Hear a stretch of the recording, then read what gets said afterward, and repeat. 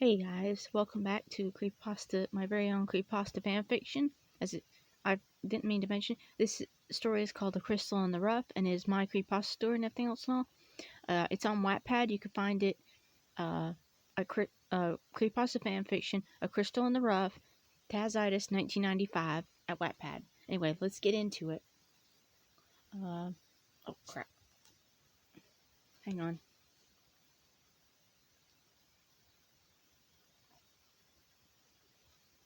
Hang on, I gotta reset everything. Sorry guys, I gotta reset everything.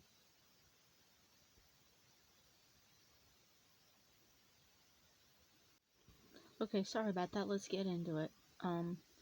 Crystal and Zach had started developing an odd routine. Crystal would be going about her life as usual, but sprinkled out the day out there was Zach. He would pop up way more than usual she was used to, but even started showing up during the daytime a lot more too. Crystal was confused but felt a sense of rightness. She didn't really She really did feel better that Zach was around her way more. Not to mention, as the time they spent together, she got a lot more information about his life and what it means to be a proxy.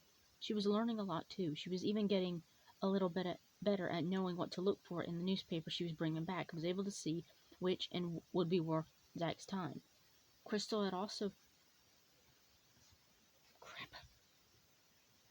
Crystal had also finally gotten the full story of what happened that night he got hurt too. He had been hunting down this man who had also been ordered to bring into Slenderman because he wanted him was wanted by him dead or alive. He had disappeared off the radar for months and needed to be brought back forcefully. So Zack and the others had set out to hunt for him. When Zack had been the one to find him, he had tried to talk the man into coming with him peacefully, but the man wasn't interested in going willingly. So he pulled on the knife Zack and tried to kill Zack in a fight to the death. But he underestimated Zack's superhuman abilities to take hits and keep going, as well as his years of worth of experience training to be a soldier for the non-humans. Zack sadly had to kill him to save his own life.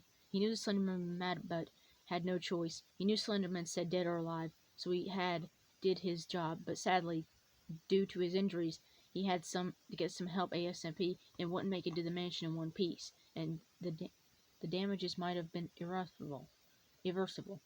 Zack had also said that it was good that Crystal had kind of proven that she wasn't going to tell by my point, because aside from her house, he didn't have any hideouts for miles. If he hadn't been healed quickly, his healing abilities would have been halted for weeks. The Slenderman really would have been mad that he had not been able to get his report back as quickly as possible.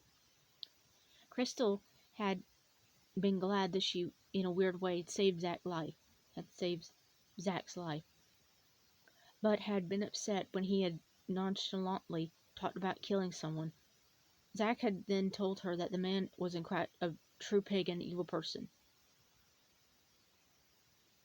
Crystal, who was lying in bed when Zack was telling her the story, shot up. "What do you mean?" Crystal was unable to help herself, finding herself grateful that once again she was living on the top floor and her parents could not hear her. Zack then gently pushed her back in the bed and explained.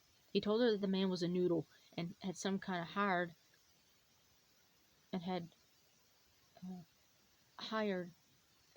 Slenderman to do some of his work for him and make him rich. Crystal looked confused about the noodle comment. Zack let out a big sigh and told her, "A noodle is a human being that works for us, to help us destroy evidence or to take care of witnesses and help us in our illegal trading or other stuff we might need help with smuggling. But of human help. Noodles are basically humans who have been betrayed by their own kind who betray their own kind for the sake of money or power or some stupid revenge plot. They are toys, even more than proxies are, and they are far too gone to realize it. They exchange themselves for whatever they want and whatever they can, and we get one of our own to get it done for them. But they spend a lot of their lives bound to the family or anything the family wants. As long as they do what they're told, they have immunity from dying and fail to follow. If they promise to do or going back on their deal, it will end in their forfeit of their very own lives." Zack then went on explaining that the man he was hunting for was a bit of a monster and had been involved in drug dealing as well as human trafficking little girls for his own money. He'd even sold his own child as a human sacrifice, just to summon up one of their kind to get a favor. The poor kid had only been 12. The family itself didn't really believe in human sacrifices, Zach said, and they had known to stop him, but they were too late. What had done him had done. He killed his own child. They took him up on his... They couldn't take him up on his offer and took his money, knowing he would try to run. But just as the family had predicted, he was asked to uphold his end of the bargain. He turned and fled, ran with the money, and the whole deal was broken. The proxy was then sent out to either kill him or bring him back. Zack admitted the Slenderman had really wanted to kill him himself. He said that the Slenderman had been told that it was all right. He knew that it would be more like him in the future. There would be more like him in the future. Crystal had been a bit better knowing that Zack had killed somebody that wasn't exactly innocent. But when she had asked why the family had even taken to the man's bargain or deal in the first place, if they'd been so disgusted, he gave her a strange look and said, "We're serial killers and monsters, Chris. We do far worse every day." Crystal had just left it there, and I wanted to hear any more about it, the parts and all. Crystal had grown to admire Zack more after seeing with her more life, after sharing more life of his life with her. She was also glad to seeing she was seeming to be getting better at this whole being a proxy thing for a proxy thing. A whole being a proxy for a proxy kind of thing. Even if she didn't agree with everything, even though the whole thing and there was that whole thing, she'd be killed if she didn't do everything she was told to do. And she could see herself doing this in the future and being happy about it. She couldn't help but admit that she was really starting to like being around Zack, but was starting to grow close to him. Crystal had also started to notice that whenever she was reading something together with him, he would be staring at her from the corner of his eyes, or if she would be sleeping at night, he would either be sitting right next to her, telling her bedtime tales, or silently gazing at her, like she was some sort of treasure.